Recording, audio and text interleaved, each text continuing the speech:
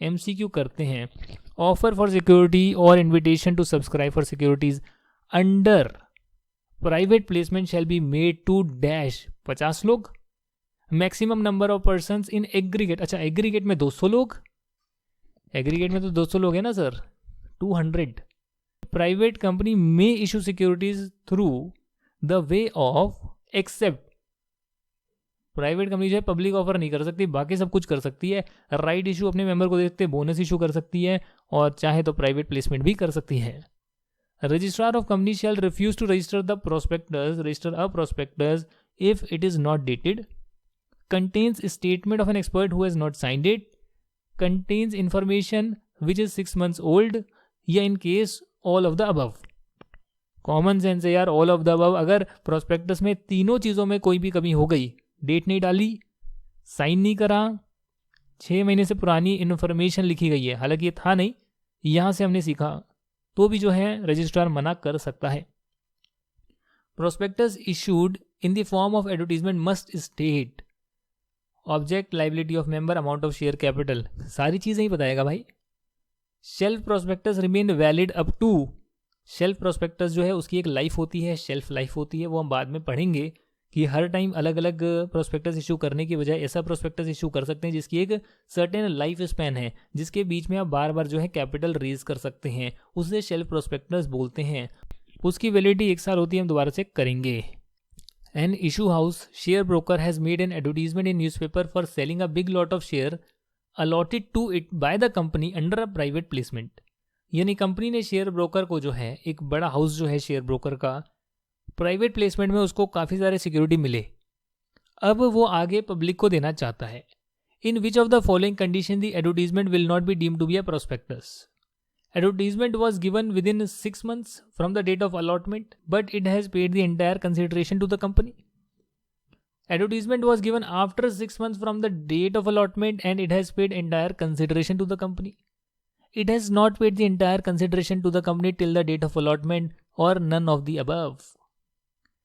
इसका मतलब ये है कि जो आपका ब्रोकर हाउस है वो एडवर्टीजमेंट कर रहा है, तो वो एडवर्टीजमेंट कर सकता है और उसे हम प्रोस्पेक्टस नहीं मानेंगे अगर अलॉटमेंट होने के 6 महीने बाद, ये हमने किया नहीं है, ये था नहीं कहीं पे, मेरे को याद नहीं है कहीं पे ये था बुक के अंदर, ये एक्स्ट्रा बात है, बुक में नहीं, फिर भी क्वेश्चन में आ रहा है तो एक्स्ट्रा बात है कि एडवर्टीजमेंट आप दे सकते हैं, ब्रोकर हाउस एडवर्टीजमेंट दे सकता है जब उसको अलॉट हुआ, 6 महीने हो गए, सारा पैसा उसने दे दिया, अब वो चाहे तो आगे डिस्ट्रीब्यूट करे, क्या दिक्कत है, तो 6 महीने का टाइमलाइन दिया हुआ है। In which of the following situation a company will have to issue prospectus or abridged prospectus along with the application form। तो abridged prospectus हमने नहीं करा है, हम करेंगे, और जब करेंगे तो फिर हम देखेंगे इसका आंसर क्या होना चाहिए, राइट। हालांकि वैसे अगर कॉमन सेंस लगाई जाए, in relation to the share debenture which are not offer to public, ये तो नहीं हो सकता। प्रोस्पेक्टस तो आप पब्लिक से पैसा लेने के लिए इशू करते हैं। In relation to issue of share debenture to existing members, existing member के लिए क्यों आप प्रोस्पेक्टस इशू करेंगे नया।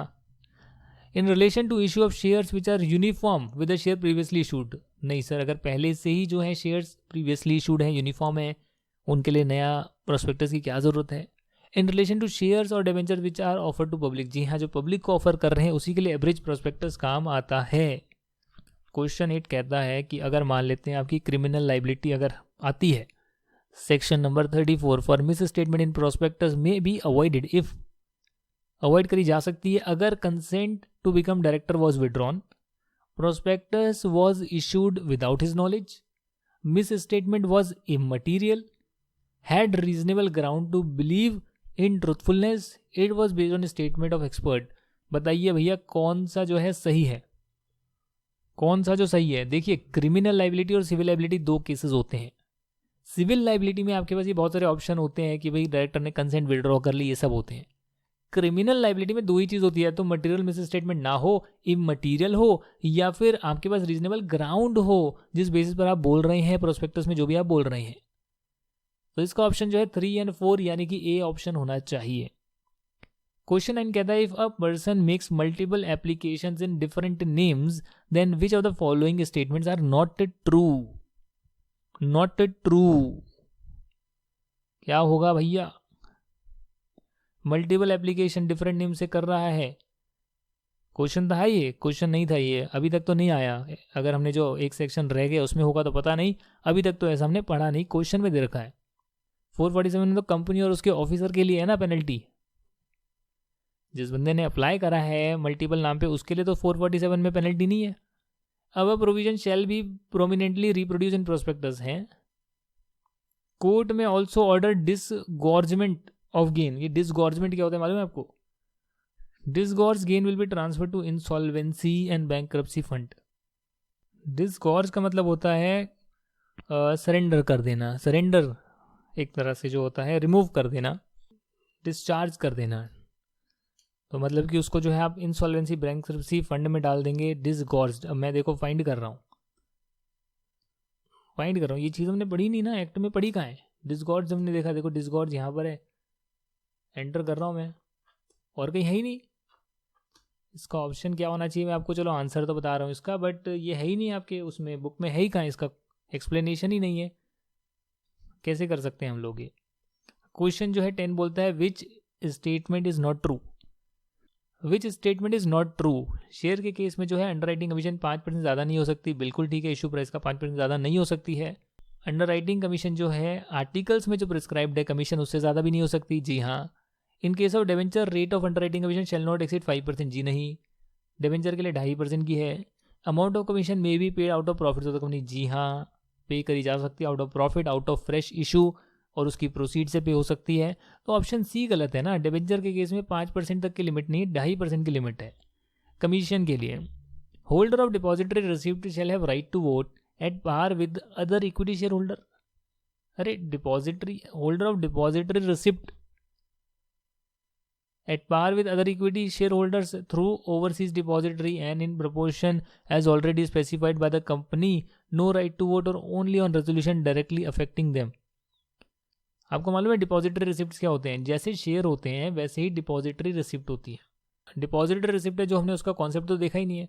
हाँ, शेल प्रोस्पेक्टस वाला बाकी है, बट अगर आप यहाँ देखेंगे डिपॉजिटरी, तो डिपॉजिटरी आ कहाँ रहा है आप मुझे बताइए। आप सिर्फ क्वेश्चन में आ रहा है और तो एक्सप्लेनेशन में आ ही नहीं रहा। जो प्रोविजंस हमने पढ़े पूरा, जो हमने 40 पेज पढ़े हैं, 35 पेज पढ़े हैं, है ही नहीं उसमें। तो आपने क्वेश्चन दे कैसे दिया जब आपकी बुक में है ही नहीं उसका आंसर? ये वर्ड ही नहीं है, डिपॉजिटरी वर्ड ही नहीं है इस चैप्टर में। तो ये मैं क्या बताऊं आपको, कैसे करेंगे बताओ मुझे आप। राइट, डिपॉजिटरी वही होते हैं एक तरह से आप कह सकते हो। डिपॉजिटरी पार्टिसिपेंट की बात नहीं हो रही है, होल्डर ऑफ डिपॉजिटरी रिसिप्ट की बात हो रही है। डिपॉजिटरी पार्टिसिपेंट्स नहीं है, डिपॉजिटरी रिसिप्ट्स हैं। डिपॉजिटरी रिसिप्ट होती है जो इंडिया के बाहर भी इशू करी जाती है, जैसे कि मैं बता दूं global depository receipt GDR ADRs होते हैं, तो वो इंडिया के बाहर इशू करी जाती है पैसा जुटाने के लिए। तो आप ओवरसी डिपॉजिटरी से जो है आप वोट कर सकते हैं। A public company send private placement offer letter to 200% of its choice and allotted shares to them in April 2022। Can it send private placement offer to 200 new people in May 2022 whatever the year में be? बताइए, सोच के बताइए आप। देखिए, ये जो 200 people की लिमिट है, 200% की लिमिट है, ये ईच ईयर के लिए है and each type of security के लिए है। यहाँ जो है इन्होंने पूरे साल में जो प्राइवेट प्लेसमेंट करा, अब इकट्ठे कर दिया या आराम आराम से करते वो तो इनकी मर्जी है। इन्होंने 200 लोगों को जो है प्राइवेट प्लेसमेंट के थ्रू इशू कर दिया, तो ये साल तो हो गया, अगले साल वो फिर से कर सकते हैं 200 लोगों को, कोई दिक्कत नहीं आएगी। तो इससे आपके कॉन्सेप्ट और खुल गए। अच्छा, तो 200 लोगों को एक साथ भी कर सकते हैं, मैक्सिमम लिमिट जो है 200 हो गई। Which of the following statement is contrary to the provisions with the provisions of Companies Act? Private company can make private placement of its securities, कर सकती है। Company has to pass special resolution for private placement, जी हाँ। Minimum offer per person should have a market value of 20,000। अब ये कहाँ पढ़ लिया हमने? ये तो हमने पढ़ा ही नहीं है, तो ये गलत स्टेटमेंट है, अनट्रू स्टेटमेंट है। और आखिरी है public company can make private placement, यहाँ पब्लिक कंपनी भी कर सकती है, कोई दिक्कत नहीं है। A company can change terms of contracts mentioned in prospectus by way of prospectus की terms and condition चेंज करने का कोई प्रोविजन है क्या? बताइए बताइए, कर सकते हैं। तो पोस्टल बैलेट से होगा, स्पेशल रेजोल्यूशन पोस्टल बैलेट से पास होगा। ये चीज़ हमने कहीं देखी थी, करी भी थी हमने। शेल्फ प्रोस्पेक्टस जो फाइल करेंगे वो 1 साल के लिए वैलिड रहेगा, रजिस्ट्रेशन की डेट से 1 साल के लिए वैलिड रहेगा। From the date of closure of first issue 1 साल के लिए वैलिड रहेगा from the date of opening of first issue. तो ये जो है हमें करना बाकी है। इसका आंसर यहाँ देख लेते हैं एक बार। ये है सर, जो भी हमने नहीं करा है कॉन्सेप्ट शेल्फ प्रोस्पेक्टस का, नेक्स्ट क्लास में करेंगे कॉन्सेप्ट, फिर आप इसको बेहतर जो है समझ पाएंगे कि शेल्फ प्रोस्पेक्टस है जिसकी एक स्पेसिफिक लाइफ स्पैन होता है कि इतने टाइम तक ये ओपन रहेगा, आप लोग बार बार इशू कर सकते हैं। तो एक साल के लिए वैलिड होता है। वो एक साल आप कब से काउंट करेंगे, जब आपने जो है फर्स्ट ऑफर जो है किया है, पहला ऑफर आपने किया है जिस दिन आपने इशू करा है, उससे जो है एक साल तक ही वैलिड रहेगा। इसके वैसे ना 4 क्वेश्चन और हैं डिस्क्रिप्टिव टाइप, 15 क्वेश्चन कर लिए, 4 और हैं। क्वेश्चन के जो आंसर हैं वो सारे के सारे जो है कॉपी पेस्ट करे हुए हैं आपके प्रोविजन जो हमने डिस्कस करे उसी से। जैसे कि क्वेश्चन 1 में यूनिक बिल्डर्स हैं जिन्होंने डिसाइड करा है 2.5% value of debentures as underwriting commission pay करने का, हालांकि आर्टिकल एसोसिएशन में 2% लिखा हुआ है। Company further decide to pay underwriting commission in the form of flats, examine the validity of the above arrangement. Flat दे सकते हैं क्या? तो आप जो है पूरा का पूरा सेक्शन 40 सब सेक्शन 6 को एक्सप्लेन करेंगे। जो हमने करा है वो ditto copy paste. Payment of such commission shall be authorised bye article of association. Company जो पे करेगी वो आउट ऑफ प्रॉफिट कर सकती है या आउट ऑफ प्रोसीड्स कर सकती है या बोथ कर सकती है। मैक्सिमम कितने कर सकती है? डिबेंचर के केस में 2.5%, शेयर के केस में 5% या authorised bye articles which ever is less. इस केस में सिमिलरली जो है अंडरराइटिंग कमीशन जो है डिबेंचर के केस में आर्टिकल्स ने जो है फिक्स करी है 2%, उससे ज़्यादा अगर इशू करें तो वो इनवैलिड है। ये हुआ पहले पार्ट का आंसर। दूसरा पार्ट कहता है company may pay underwriting commission in the form of flats as both the companies act and the rules do not impose any restriction. Cash में पे करने के लिए कहीं पे रिस्ट्रिक्शन नहीं दे रखी है। Out of profits, out of fresh issue ये बोला हुआ है, out of proceeds of issue या फिर आउट ऑफ प्रॉफिट्स ये बोला हुआ है, but should not be in cash ये नहीं बोला हुआ, right.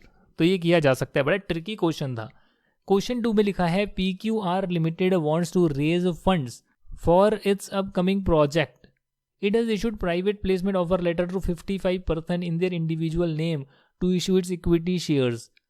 Out of these 4 are qualified institutional buyers, वो इंक्लूड नहीं होंगे, यानी टोटल 51 हो गए।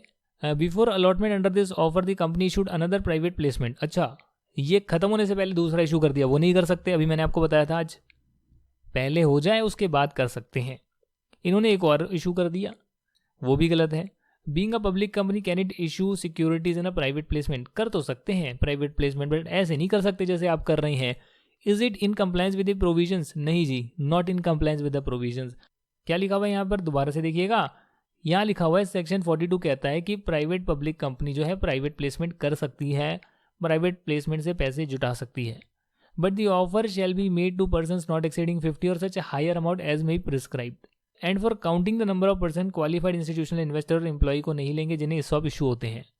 रूल्स में प्रिस्क्राइब करा हुआ है कि आप 200 पर्सन को कर सकते हो in a financial year, but this limit should be counted separately for each type of securities. हाँ, वो तो सही बात है। If a person makes an offer और invitation to more than the prescribe number, तो उसे हम पब्लिक ऑफर मानेंगे और प्रोविजंस लगेंगे जैसे कि प्रोस्पेक्टस में लगते हैं। Also a company can not issue fresh offer under this section. अगर अलॉटमेंट ही पहले की नहीं हुई तो दूसरा आप इशू प्राइवेट प्लेसमेंट का ला ही नहीं सकते। This rule is applicable even if the issue is of different kind of securities. पहले शेयर ला रहे हैं फिर डिबेंचर ला रहे हैं, तो पहले कंप्लीट करें प्राइवेट प्लेसमेंट फिर दूसरा इशू करें। एनी ऑफर और invitation not in compliance with the provisions of this section shall be treated as public offer. अगर आप कंप्लाई नहीं करेंगे तो उसे हम पब्लिक ऑफर मान लेंगे। गिवन केस में अगर आप देखेंगे PQR लिमिटेड एक पब्लिक कंपनी है and looking at above provisions we can say that even public company can make private placement, वो तो ठीक है। Company has given offer to 55% out of which 4 are qualified institutional buyers, hence the offer is given to effectively 51% which is well within the limit of 200%। तो 200 के अंदर तो है, कोई दिक्कत नहीं है।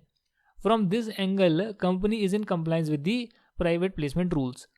पर कंपनी ने पहला प्राइवेट प्लेसमेंट खत्म होने से पहले दूसरा प्राइवेट प्लेसमेंट कर दिया। अब क्या होगा सर? इसलिए इसको हम पब्लिक ऑफर ट्रीट करेंगे। But if the company gives offer for debentures in the same financial year after allotment of equity shares is complete, उस केस में क्या होगा? Both the offer can be treated as private placement offer. तो इसका मतलब ये हो गया कि कंपनी ने पहले तो शेयर के लिए इशू किया था, उसके बाद डिबेंचर के लिए किया था। अगर कंपनी पहले शेयर का कंप्लीट कर लेती प्राइवेट प्लेसमेंट फिर डिबेंचर का करती, तो हर टाइप की सिक्योरिटी के लिए 200 की लिमिट अलग अलग चेक होती है, उस केस में कोई भी दिक्कत नहीं आती।